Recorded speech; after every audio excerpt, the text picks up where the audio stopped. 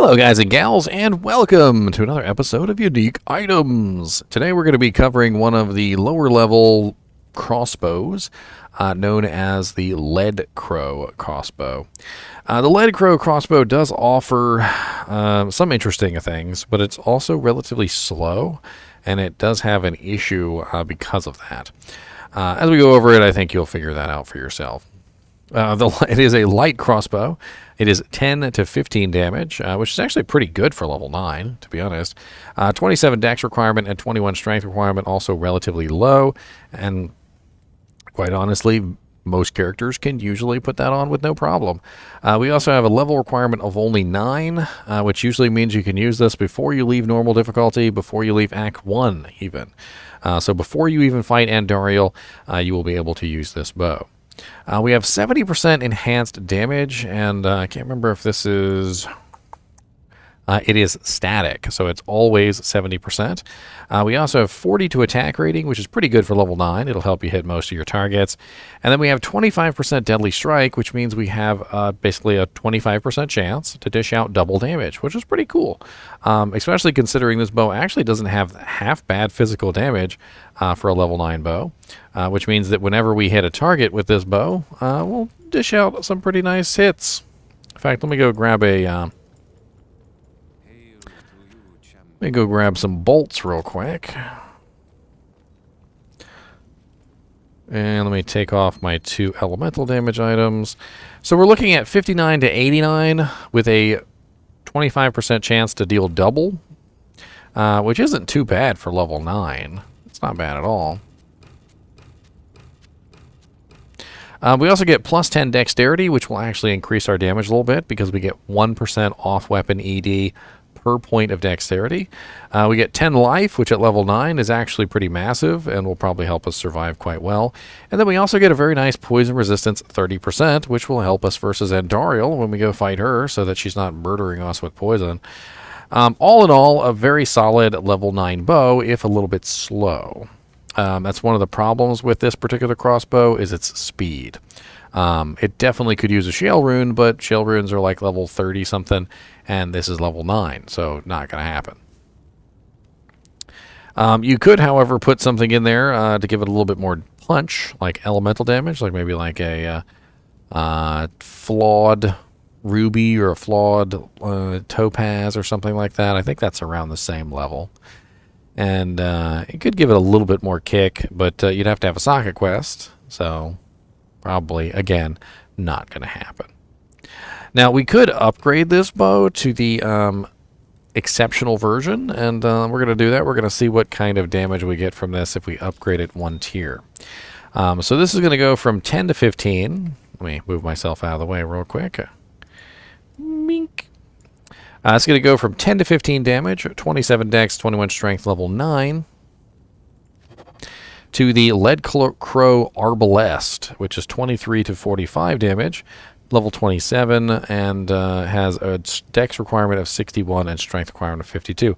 Not bad on the requirements. All in all, actually pretty low requirements. Level requirement is below 30, so it definitely is still viable in normal difficulty. And the damage is actually not bad, especially considering it has that double damage effect on it. Let's see what kind of damage we do with it now. So we're looking at 137 to 268 with a 25% chance to deal double.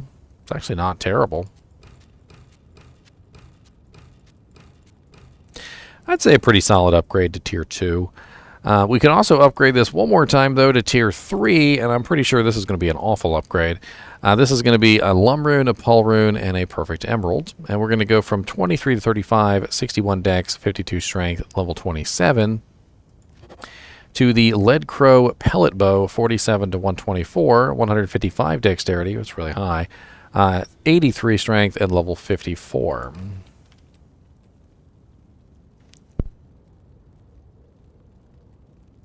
Now, as far as elite upgrades go, level 54 is really low. That's a mid-tier bow. That's nightmare difficulty, Act 1, Act 2. Like, it's not a high level at all, really. Not really sure that I'd ever want to spend a lum and a pull on this, but with a really low level requirement like that and 47 to 124 damage, it's actually kind of not bad. 280 to 740 damage with a 25% chance to deal double. If only it was a little bit faster, but I guess that's where it comes in. Now it's level 54. We've got our socket quest. We could put a socket in it. We could put a shale rune in it at that point. So, I mean, it's not out of the realm of possibility now. So, shale runes are only level 29, so we could actually put a shale rune in this and speed it up to a fast attack speed. So, it's not particularly going to be very fast, even with the shale rune in there. I mean, let's go test it out in outside of town real quick, just for lulz.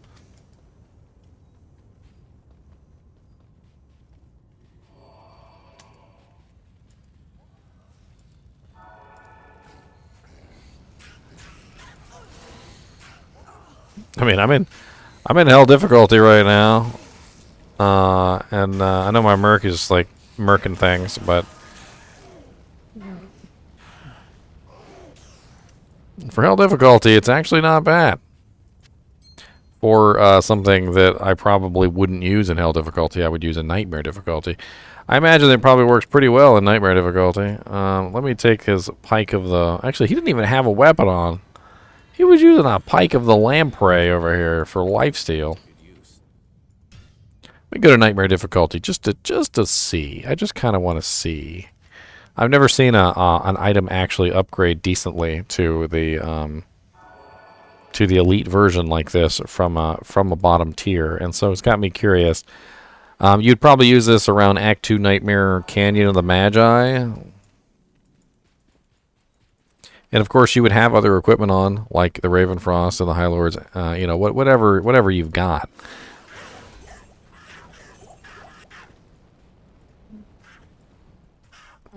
I'm gonna be honest, it's actually not bad at all. I'm kind of surprised. I honestly didn't expect this one to upgrade well. What player count are we running, just out of curiosity? We're in players 1. Let's bump it up to players 5 and let's take a look inside the tomb real quick.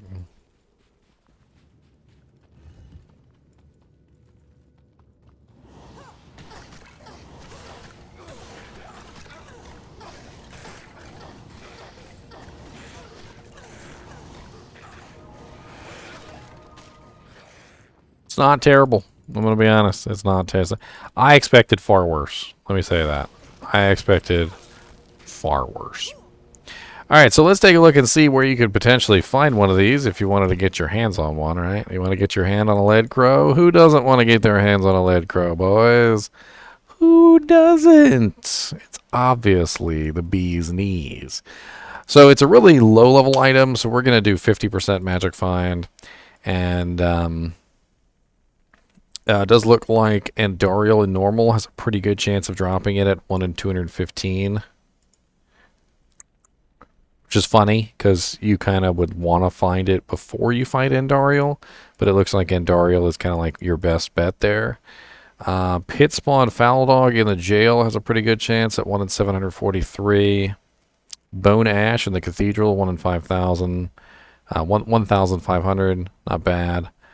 The Smith has a pretty decent chance in the Barracks. So you definitely want to try and find this before you fight Andariel, since it has poison resistance on it. And it does look like there's some good options. So Bone Ash is probably your best option there, because he's super easy to find. You literally just go through the waypoint. I'll show you guys real quick, just for lulz. So you literally just go through the waypoint of Inner Cloister, and you walk straight into the Cathedral, and he's literally always at the altar. I don't know if he's praying or what he's doing, but he's evil and he wants your buns. He likes your buns. He wants your buns. But he's always there for you to kill. You just walk through this door, go straight down this little passageway right here, and Bone Ash is always sitting by the Cathedral right here. And so you just kill him, see if he drops the item, save and exit, rinse, repeat. And if you do that enough times, you'll probably end up with a Leadcrow.